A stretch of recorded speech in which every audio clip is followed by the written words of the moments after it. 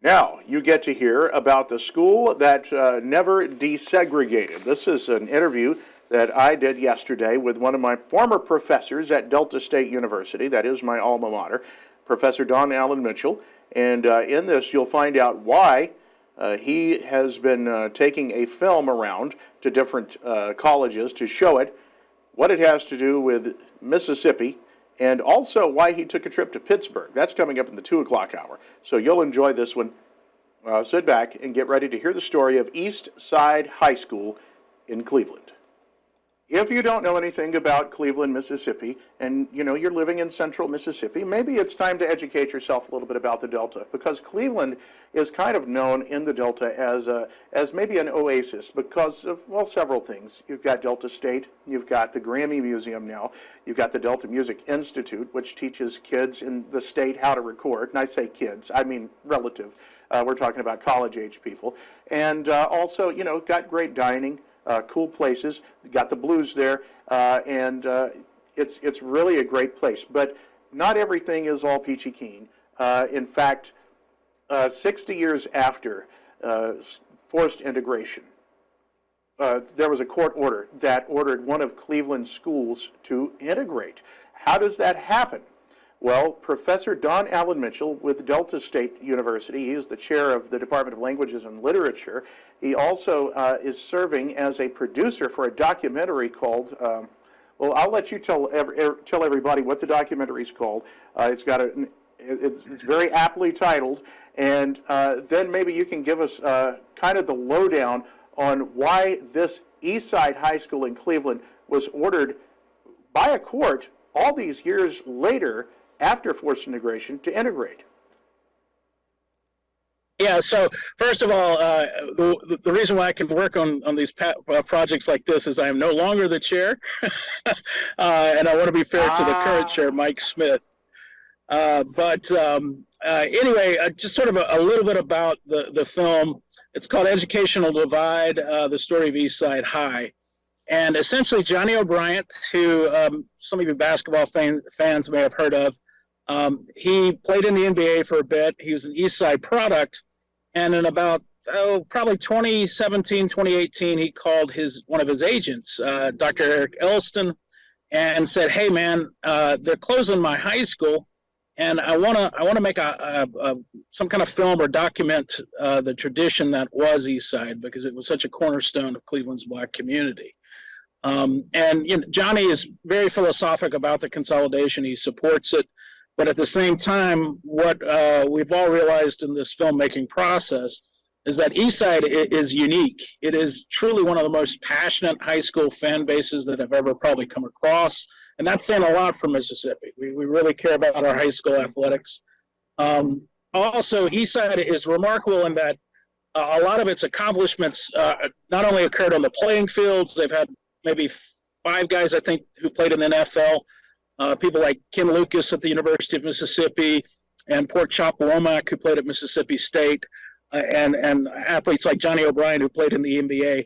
They've also had like an extensive network of successful alums like Dr. Ike Adams, who's the retired Dean Emeritus of the College of Social Work up at the University of Kentucky. John Fairman, who's the CEO of the Delta Health Center, which is based in Mount Bio, but now has 18 clinics across the Delta region. So it's really just sort of a remarkable place, and that so many successful people came through there. And so the way I got involved was Dr. Elston knew a former Delta State basketball coach, B.J. Ellis, who's now the CEO, I think, at Telegraph Creative in Birmingham.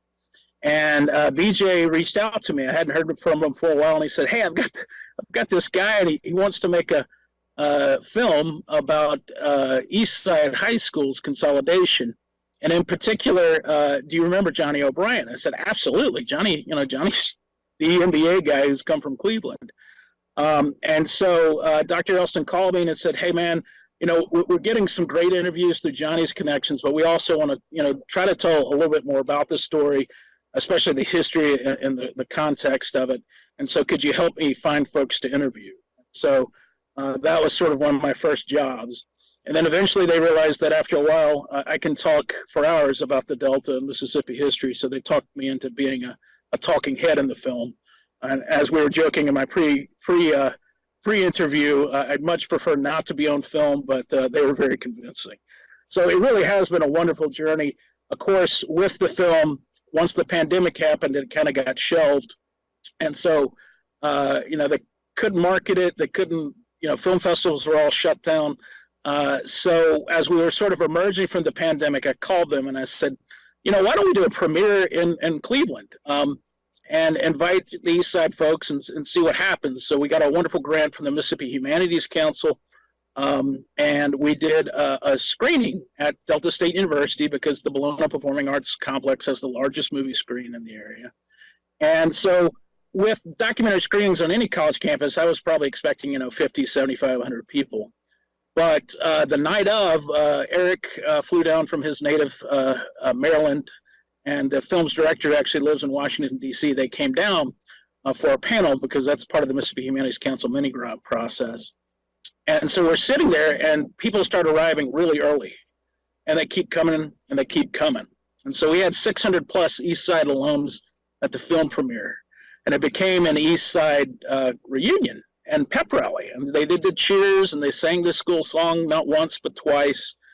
And we were just sort of gobsmacked. I mean, it was just an incredible show of support and unity for these East Side alums. And in the follow-up, a lot of the East Side alums, because they fill out, the Humanities Council makes sure that we fill out feedback forms.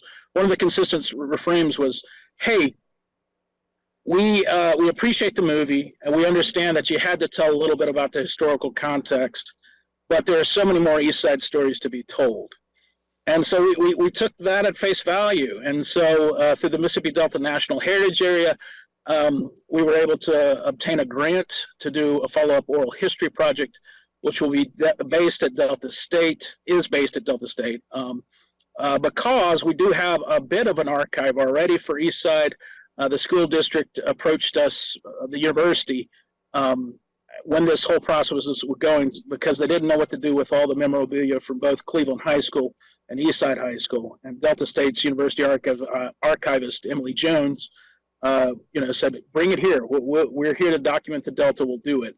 So one reason why we did with this oral history project was to expand it beyond just memorabilia and try to get a lot of the stories that people wanted to be told, and also felt like, we didn't want anybody left out of the process. But with a documentary film, you only have a short amount of time. So they shot 20 hours of film for 1 hour of a film.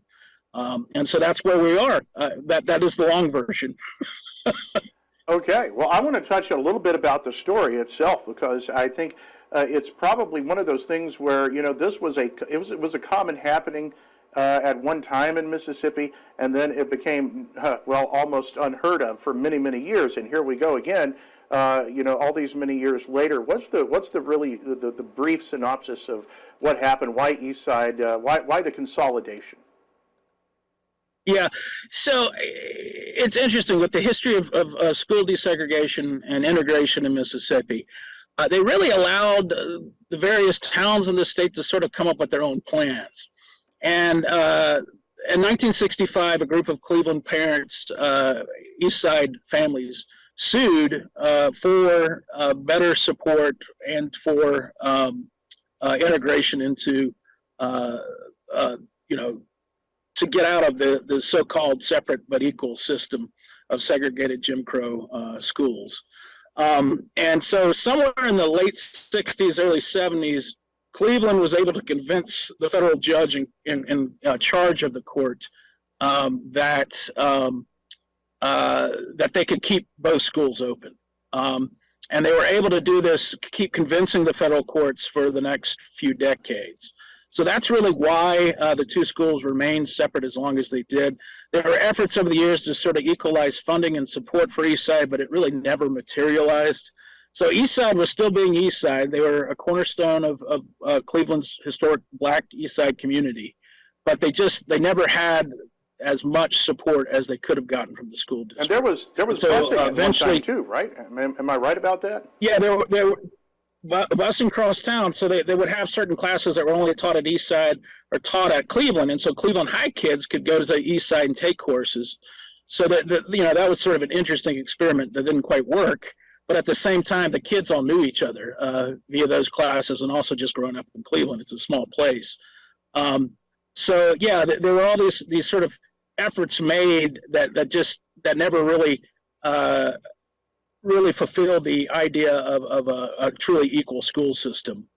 And Cleveland was able to sort of justify the two separate schools, and that Cleveland High School really was a pretty remarkably, but I think by the end of this whole period, it was close to, or a little over 50-50, or like 52-48.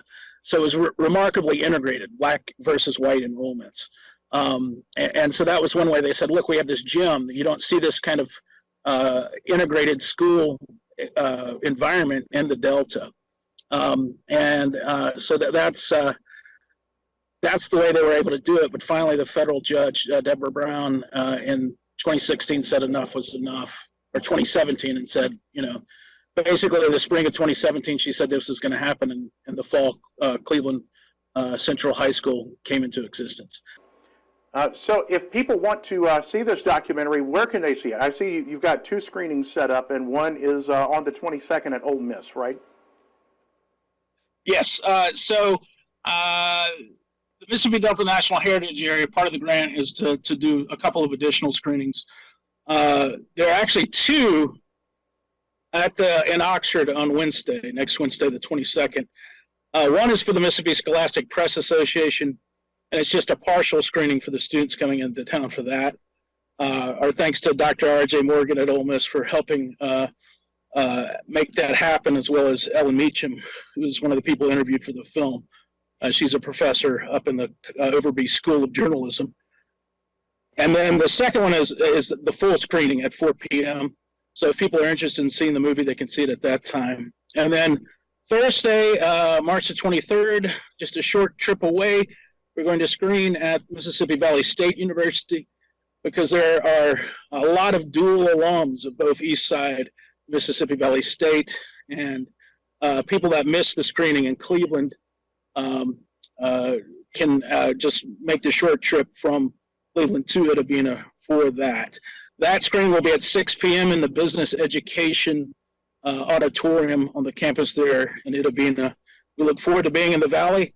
To note, one small note, Coach Kendrick Wade, the new head football coach at Mississippi Valley State, is an East Side alum, so he very much knows that winning tradition that East Side is known for. So I'm hoping we'll be able to catch up with him while we're there. But so those are the next screenings. We've done some past screenings just recently, actually in Bowie State in Maryland, and at American University and Howard University in Washington. And why I think that's pretty cool is because the movie does have resonance with audiences outside of Mississippi.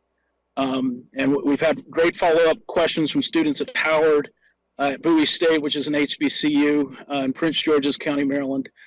So it's kind of great to see the film connect with audiences who may not be familiar with Mississippi and its complexity. And the best thing about it is, one of the points of the movie is that segregation still remains a problem in American public education. And it's not just a Southern problem, it's a national problem. And in fact, a recent study showed that the most segregated public school system in the United States is actually in New York. So you can see that the times have not necessarily changed for the better. So the movie helps get these conversations started, and we're hoping to continue to use the film as a teaching tool. Any chance of it coming to Prime or physical media like DVD or anything like that? So that's the big the conversation. Dr. Elston, they've had some preliminary conversations with like streaming platforms. Right now, he just kind of wants to grow it organically, as he says. He loves these campus screenings. It has actually been edited since the one we showed in Delta State in the spring, this copy, this version. There have been slight edits made based on feedback from audiences. So that's always good to see that, based on the feedback of audiences, film directors can make changes. Yeah, yeah, there may be some additional campus screenings in Mississippi. College campuses seem to be a good place to do these sort of things. I think they're also talking about the film festival circuit and stuff like that. But while I'm a producer of the film, I don't make those kind of decisions. That's Dr. Elston and Johnny O'Brien. Those are the executive producers. So basically, I think they're still in conversations to figure out what the next steps are. Coming up at 2 o'clock, you'll find out how one of those trips to screen that movie ended up with Professor Mitchell going to Pittsburgh to find out just how much of a musical cousin Pittsburgh is to the Mississippi Delta. That's coming up at 2 o'clock right here on WLBT+. So one of my specialties is looking at the blues and how it connects to literature. And I'm a passionate music fan, particularly for the blues. And I'd always noticed in August Wilson's plays his consistent music references. And in particular, he stated in an interview, to paraphrase him, he said, "The blues is the bedrock of everything I do." And I just found this remarkable. Here's this native of Pittsburgh being really deep into the blues of Mississippi or the blues of Chicago and all its offshoots. And so an opportunity presented itself for me to meet the Reverend Dr. Dwight Andrews. And I actually met him because he's a noted gospel historian and jazz historian. But I was looking at his resume and I realized this guy was the music director for August Wilson when they were developing the plays in the early 1980s. And that just blew my mind. They were both at Yale, and the Reverend Dr. Andrews was a chaplain at Yale. August had been brought to Yale by a play director named Lloyd Richards, who was the dean of the Yale School of Drama. But what is great about his plays is that he also puts the Mississippi Blues on Broadway. And so I really talked to Reverend Dr. Dwight Andrews in my interview with him, about these deep blues Mississippi connections. And I won't go into too much detail because, as Chris knows, I'm a noted blues bore. I can talk about this stuff for hours. I don't know if we call it a bore, but, I took your blues class, so I know you can talk about it for hours, but, I was enthralled the whole time. So, I'm not going to be the one to stop you. Well, thank you. I will say this, a piano lesson, I talked about it extensively. It really is kind of August's most Mississippi play, even though it occurs in Pittsburgh. The family that is the centerpiece of the play are all migrants to Pittsburgh during the Great Migration. They left the Jim Crow South for the industrial North to find a better life, to find better economic opportunities. And so the chief characters are all from Sunflower, Mississippi. The play references the old W.C. Handy song that probably is even older than, goes back even further before W.C. Handy, where the Southern crosses the dog. And if you're from the Delta, that occurs at Moorhead, Mississippi. And then, of course, in the play, if you've ever seen it, the most of the male characters had spent time at Parchman Penitentiary on various trumped-up charges, but that had an effect on them. So the play talks about Parchman. And so there are a lot of sort of blues traditions that are incorporated into the play. There's a train song. As we all know, students of the blues, that trains feature heavily in blues music. There is a work song called Berta Berta, and these are all based on Dwight Andrews' deep dive into the Alan Lomax archive, folk archive at the Library of Congress, which August Wilson was a huge fan of. And so they did a really good job. That was one thing that both August and Dwight Andrews were sticklers about. They wanted to make sure that the music of the plays of the different decades matched the music of the era. You mentioned the name Alan Lomax. Just to kind of take people back a little bit, Alan Lomax was a guy who did a lot of field recordings at places like Parchman and went around the Delta and actually recorded blues musicians in Mississippi so that a lot of people around the world would be able to have access to that music. Yeah, so Alan Lomax really got his start with his dad, John Lomax. And one guy that I should mention was John Wesley Work III of Fisk University, who was very instrumental in helping the Lomaxes get into Black communities. They really saw the value as folklorists of trying to capture the American songs. Not only did they cover the Delta, but they went to Appalachia and across the country, out to the West to do cowboy songs and other things. They really provide America and the Library of Congress with just a fascinating archive of traditional American folk songs. But what's interesting, I think, with the Lomax archives as well, Dwight Andrews and August Wilson were fans of it. Dwight especially had kind of a conflicted relationship with the Lomax archives.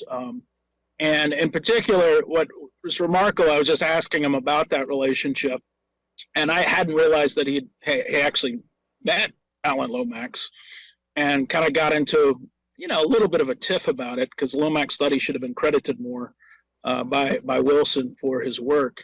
But what Dwight was quick to point out is that, the music that Allan Lomax recorded was not Allan Lomax's music. It was the music of the vernacular Black community in the Mississippi Delta and elsewhere. He was more of, how to say it, I guess, a curator of the music rather than an owner of the music. At this conference, folks pointed out that traditionally Mississippians, Black Mississippians who left during the Great Migration, they went to the Midwestern cities like Chicago and Detroit. Pittsburgh was not a traditional location. Granted, there were Mississippians that went there. Because, again, the steel industry was so huge. And, of course, the region is also heavily involved with the coal industry to this day. The economic conditions in the industrial North were better. What Black communities found that relocated up there was that, while it was much better than the Jim Crow South as far as relations went, there was still a lot of racism. It was just sort of expressed in a different way. August Wilson's neighborhood was the Hill District. That was sort of the traditionally Black neighborhood in Pittsburgh, at least in the early era. There are other sort of Black neighborhoods in Pittsburgh now, but that was sort of the first major one. And during the 60s and 70s, the Hill District became a focal point for the idea of, I'll put it in quotation marks, urban renewal. A lot of cities did this in the North. They had economic area that they thought needed redevelopment, or an area that they didn't want to really be part of, I guess, the city landscape anymore. So they would build freeways. They would tear down neighborhoods. And in Chicago, for instance, they erected the University of Illinois Chicago, and they tore down Maxwell Street, which, for my blues class was critical to the early days of the blues, including Muddy Waters buying his first electric guitar there. But Pittsburgh was the same way, that you see the pattern over and over again, sort of this idea that cities needed their cores renewed, and certain neighborhoods didn't need to exist anymore. Luckily for us, most of the Hill survived. It was the Lower Hill District that was completely torn down. And part of the Lower Hill is now occupied by the Pittsburgh Penguins NHL hockey rink. So it's kind of interesting, the various projects that went up in these areas to replace people's homes, people's neighborhoods. He did actually visit Mississippi very briefly on a road trip, but he grew up in the urban North. He wasn't from the South, although he knew many people that had roots in the South. A lot of his characters are really, especially for the first 50, 60 years of his cycle, his American cycle, they either were born in the South or their families are from the South. They represent a lot of the Black folk customs. They brought them up with them. So in a lot of ways, his characters are haunted by some of the ghosts of the South, but they also, their cadences when they speak are Southern expressions. And it is just interesting to see how much of the South is in August Wilson's plays, even though 9 of the 10 plays are in Pittsburgh. The 10th play, Ma Rainey, actually occurs in a recording studio in Chicago. But even then, like in Ma Rainey, Levy, the trumpet player that Chadwick Boseman played, he's from Natchez, Mississippi. So you can see how all these deep South connections to Pittsburgh exist in the world of August Wilson. Can I So ask yeah, you if you've never seen, I think we were go going to ahead. the same place here. If we wanted to get people Yeah. started on finding out about August Wilson, do you recommend trying to catch one of the plays? I think probably it's a rare happenstance that you can catch one here, but maybe Fences would be a good place to start, or at least the movie. Yeah, start with Denzel's. Yeah. So Netflix, if you have Netflix, start with Denzel's Fences. Ma Rainey's Black Bottom is beautiful. Viola Davis does a great job in that film as the titular character Ma Rainey, and you get a sense of the music of August's language. He was a true poet of the language, but like the blues, we've talked about this in our blues class so many years ago. The blues has repetition, right? And so it's interesting to kind of watch the lyricism of Wilson's language sort of reflect that repetition of the blues. He really saw, for instance, in Ma Rainey, the characters are all in a band, and each of the characters sort of represents the instrument that they play, right? And so the trumpet player, Levy, is bold and brash and wants to try new things, and he's always in conflict with Ma Rainey, which is very much, when we think of the sound of the trumpet, we think of a bold, brash sound, and as a lead instrument. There's all these cool musical connections in Ma Rainey's Black Bottom. Fences is more about basically, there was a little bit of criticism in August's early days that he didn't have a play that was focused on one main character. And so even though he preferred to do ensemble plays where people could, reflect, say, musical phrasing and lyricism, where you have several actors, very good actors, performing important roles, Fences, there was pressure on him to write a play that was sort of had it focused around a main character.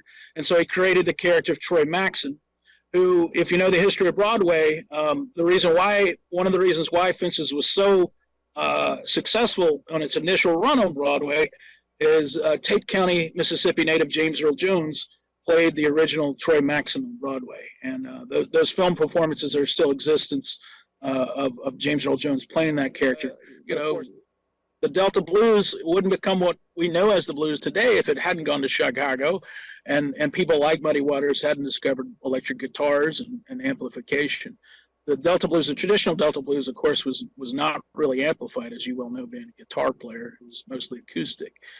So that's kind of cool to see, that despite the negatives of Jim Crow segregation and the reasons why people left the Deep South, African Americans in particular, that it did have a massive impact on what we consider American music and American culture. And August Wilson is one of those great examples of a guy who took these storylines and made them into even better art than we could have possibly imagined. Just an incredible imagination, incredible playwright, 2 Pulitzer Prizes. He's just, of course, I would say he's bedstand reading, but for the average person who is interested in film, starting off with Fences and Ma Rainey is probably a great place to start. Just don't get too upset when Chadwick Boseman says Natchez. Oh my. Yeah, and I was talking to somebody, you don't want to be like that guy, right? But, Chadwick Boseman in the role of Levy is just, he just chews up every scene he's in. He's just wonderful. I mean, everybody who's a fan of Black Panther knows how great of an actor he was. And I did promise when I did the interview that I would make mention of a name here. A special thanks to Ted Fisher of the Delta Media Arts Center.